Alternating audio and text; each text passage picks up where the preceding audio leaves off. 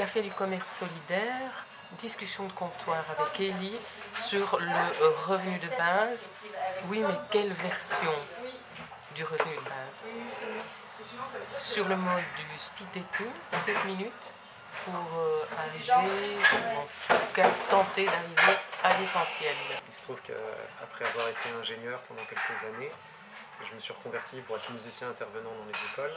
Et puis maintenant je suis intermittent du spectacle, principalement autour de la musique, mais du spectacle vivant et de l'accompagnement à la création, notamment musicale. Ok. Bon, donc en fait, demain, on te donne 1000 euros par mois, sans condition. Qu'est-ce que tu fais? Alors ça c'est un peu une question par rapport à mon rapport à l'argent et à mon rapport à gagner de l'argent. Il y a un endroit, c'est une question piège. J'aurais presque envie de répondre, enfin une question piège. J'aurais presque envie de répondre, je change rien, parce que j'ai l'impression que c'est comme ça que ça se passe pour moi. C'est-à-dire que finalement, je suis dans une situation où ce que je touche est décorrélé, ou en tout cas décalé par rapport à ce que je fais comme activité. Avec tout le travail de création, je travaille beaucoup pour rien, je travaille beaucoup à perte, je travaille beaucoup en mettant des déplacements pour faire une nouvelle création qui peut-être va fonctionner, qui peut-être va pas fonctionner. Et puis après j'ai des créations en cours, j'ai des choses qui fonctionnent, qui me ramènent de l'argent, qui alimentent mon statut d'intermittent du spectacle, qui fait que ce statut il permet de refaire de la création. Et du coup il y a un endroit où je me trouve dans une situation où ce que je gagne est partiellement, je dis bien partiellement, mais ce que je gagne est quand même intellectuellement décorrélé de mon activité. Alors du coup, si tu me donnes 1000 euros par mois, ben, je bosse beaucoup et ça change pas grand-chose.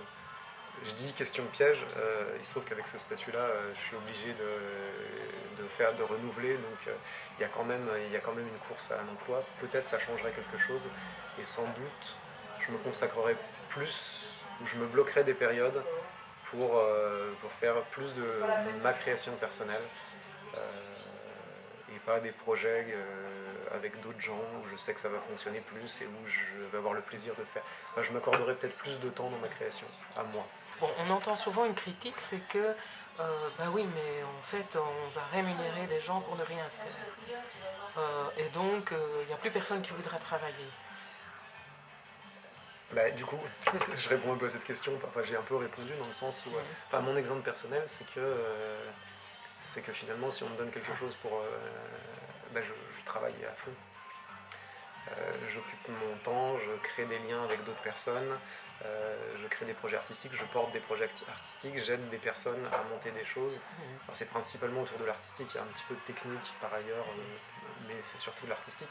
Mais j'ai l'impression que chacun, selon son champ de compétences, pourrait faire ça. En fait, je crois que fondamentalement, on est fait pour s'occuper, pour travailler, pour être en activité, pour être épanoui. Être en lien avec les autres. Être en lien, apporter quelque chose, apporter une trace, créer quelque chose. Enfin, on a ces besoins-là. Et j'ai l'impression que entre 90 et 99% de la population prendrait un an à prendre des vacances, à déprimer, et puis finalement à revenir au bout d'un moment en une période sur les personnes entre 2 mois et 2-3 ans, se mettraient à chercher ce qu'elles ont vraiment envie de faire et à le faire en place. Je pense que si on bascule tout de suite sur ce revenu-là, ce revenu universel, il y a une période de transition qui est houleuse. Parce que psychologiquement, on n'est pas sur ces modèles-là, et que du coup, c'est compliqué à vivre. Et ça demande aussi de se prendre en main, c'est-à-dire que de décider d'agir avec une certaine liberté. La liberté, c'est pas quelque chose, on court après, mais c'est pas quelque chose que tout le monde souhaite, on n'est pas préparé pour ça. Et c'est compliqué. Donc avant de réussir à savoir que ce qu'on a envie de faire, ce qu'on a envie d'apporter, là où on est prêt à s'engager, à quel moment on est prêt à ne rien faire et à quel moment on est prêt à faire quelque chose, je pense qu'il y a une remise en cause profonde, et ça peut être douloureux pour certaines personnes, peut-être pour toutes les personnes, plus ou moins et plus ou moins longtemps. Mais je pense qu'au bout d'un certain temps, on arrive à un état d'équilibre qui est riche, qui est plus liant, et où chacun peut trouver un épanouissement. On parle quand même du travail comme un des premiers mots actuellement dans notre société. Comme on dit, s'il y a une médecine du travail, c'est bien la preuve que le travail est une maladie. C'est faux. Mais le travail en tant que travail salarié et travail contraint, oui. Le travail suivi, le travail... si tu n'as pas de travail, tu es exclu. À partir du moment où on est sur un travail choisi, et c'est-à-dire un travail notamment qui permet de faire sens, de se sentir acteur et de se sentir à un endroit où on apporte quelque chose, je pense que ça peut faire du bien à tout le monde, à l'individu et à la société. En Namibie, par exemple, depuis quelques années, dans un petit village, les gens reçoivent l'équivalent de 100 dollars namibiens par mois.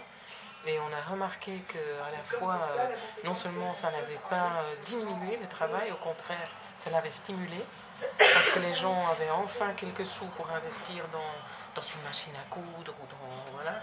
Et donc tout à coup commençaient à fabriquer des choses parce qu'ils avaient vraiment envie de le faire. Et donc ça permet de recréer une dynamique économique mais qui a du sens. La liberté, c'est peut-être aussi de choisir l'endroit où on a envie d'intervenir dans la société. Déjà, je ne suis pas étonné par le fait que ça diminue les tensions sociales, on va le dire, et du coup la criminalité. Moi, je pense que le plus grand facteur de criminalité, c'est la différence de richesse entre ceux qui n'ont rien, ceux qui s'octroient des salaires mirobolants, et il y a une tension créée par cette différence-là, tout simplement. Il n'y a pas cet enjeu-là. Il n'y a pas l'enjeu de savoir comment on va vivre, on va se nourrir et avoir un toit. Et l'autre aspect, c'est se donner les moyens. Ben oui, à partir du moment où on a les moyens, moi-même, quand j'étais en limite du seuil de pauvreté, j'étais suffisamment riche. Le peu de moyens que j'avais, je pouvais les investir pour finalement refaire des projets. Et j'ai l'impression que globalement c'est comme ça que ça fonctionnerait. Peut-être quelques personnes abuseraient, et alors c'est pas une raison, si un système est bon, s'il y a quelques personnes qui abusent, c'est pas une raison pour remettre en cause ce système qui globalement serait bon. Puis on sait pas, les gens qui abusent, s'ils apportent pas quelque chose à un niveau, bien sûr qu'ils apportent quelque chose. Alors je te pose la question météorique. Donc en janvier 2015, le Parlement a voté une loi qui accorde le statut un statut particulier aux animaux, c'est-à-dire d'être vivants doués de sensibilité. Est-ce que tu serais d'accord que l'étape suivante, ce soit qu'on accorde ce même statut aux plantes, aux arbres, aux arbustes? Être vivant, doué de sensibilité. Être vivant, doué de sensibilité. Alors moi, dans l'absolu, je suis d'accord. Après, je suis pas sûr que la société soit complètement prête à accepter tout de suite le cataclysme que représente ce changement de position philosophique, dans le sens où ça remet en cause toute une vision anthropocentrée et qui est la nôtre depuis au moins 2 millénaires, mais a priori beaucoup plus, vu que la vision du monde qui s'est construite à cette époque-là était déjà basée sur des choses qui étaient là depuis plusieurs millénaires aussi. Et du coup, j'ai l'impression qu'il y a un chemin qui pourrait nous amener là. Moi, je serais d'accord pour qu'on aille dans ce chemin-là, que cette loi, sans doute, elle amènerait vers ce chemin-là, mais ce serait trop brutal. J'ai l'impression qu'il faudrait arriver à ça, prendre cette conscience-là, mais amener ça dans le débat, en fait. C'est-à-dire amener ça dans le débat, non pas pour se dire est-ce qu'on vote ou est-ce qu'on vote pas cette loi, mais simplement pour que chacun puisse s'imprégner des questions du vivant, des questions de la place de l'homme dans le vivant, pour pouvoir se re-questionner son positionnement.